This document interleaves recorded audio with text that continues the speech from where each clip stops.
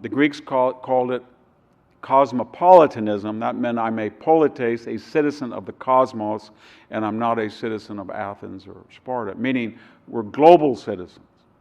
Globalism did some good, actually. I mean, it's a good thing that people in the Amazon basin have penicillin. It's a good thing you can get eyeglasses in Mongolia.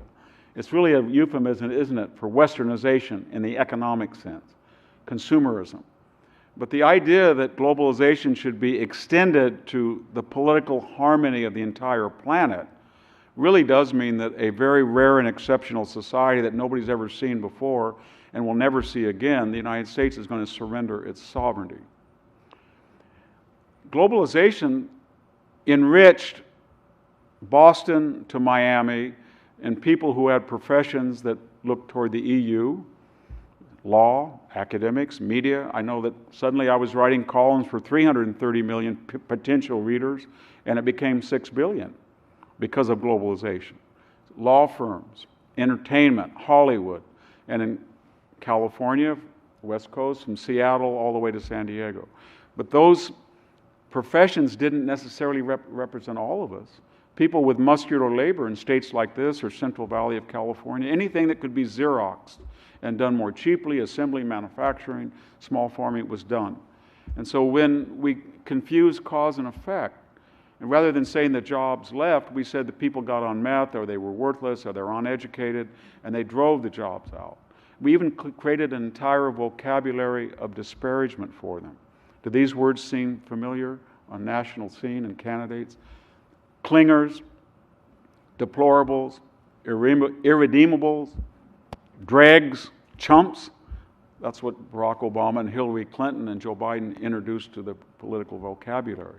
So we really, in a very strange way that was very un-American, we just divided the country and said, these guys, or as the CNN reporter said of a rally, these are the people who have less teeth than I do in aggregate. Or as Peter Strzok said to Lisa Page, have you gone to the smelly Walmart lately? So we disparaged a whole group of people, and we called them losers in globalization. And then we exaggerated the brilliance of the people who had skills that profited from globalization. And out of that is developing this idea that we're really not Americans, we're citizens of the world. I'm not exaggerating.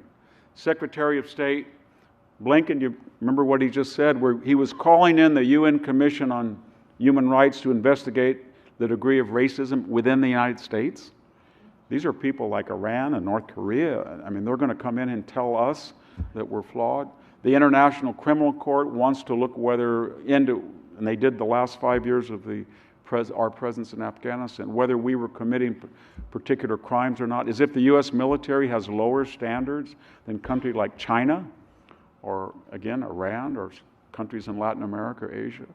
And so, de facto, when you surrender sovereignty to a Fabian socialist in 1900, a League of Nations advocate, 1920, somebody in the UN today, you are surrendering your freedom to something that is, let's face it, it's an inferior political concept. It's only as strong as its weakest link, and the links are pretty weak. And yet, this is what we're doing. There's something going on right now called the Great Reset. Mr. Klaus Schwab, remember him? He was the author and architect of Davos.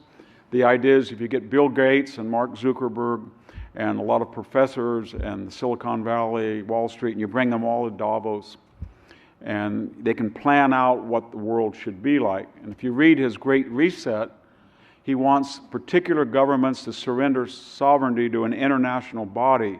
The first thing he wants to do is make sure that no one country gives tax incentives to a corporation like Ireland does, so that corporations have nowhere to go except to their body of high-tax countries, redistributionists. He wants corporate boards to reflect diversity, and their membership should be appointed on the color of their skin rather than their ability to bring a profit to their shareholders. He wants to make sure that we phase out fossil fuels on a schedule that would be turned by an international body. And he has enormous support within the United States. One thing we should remember is the Democratic Party is no longer the party of the middle class. If you look at the top 20 zip codes in the United States, 17 by income, 17 voted Democratic of the 20. If you look at congressional districts by wealth, the top 20 all voted Democratic. The Republican Party has evolved into an upper and middle class party. The Democratic Party is the very, very hyper-rich and the subsidized poor. We should remember that, because a lot of what we've been talking about are the efforts of very wealthy people in Wall Street, Silicon Valley, professional sports, Hollywood, the corporate boardroom, the military, to virtue signal their superiority because they feel guilty that they either don't feel comfortable with the poor or they don't want them around. And it's a very insidious process, this wokeness and this wealth. I don't mean wealth is good, but the idea that people have so much of it, they're exempt from the ramifications of their own ideology. You want teachers' union for others, you want prep schools for yourself. You want everybody to have solar panels, but you have a private jet. That type of attitude.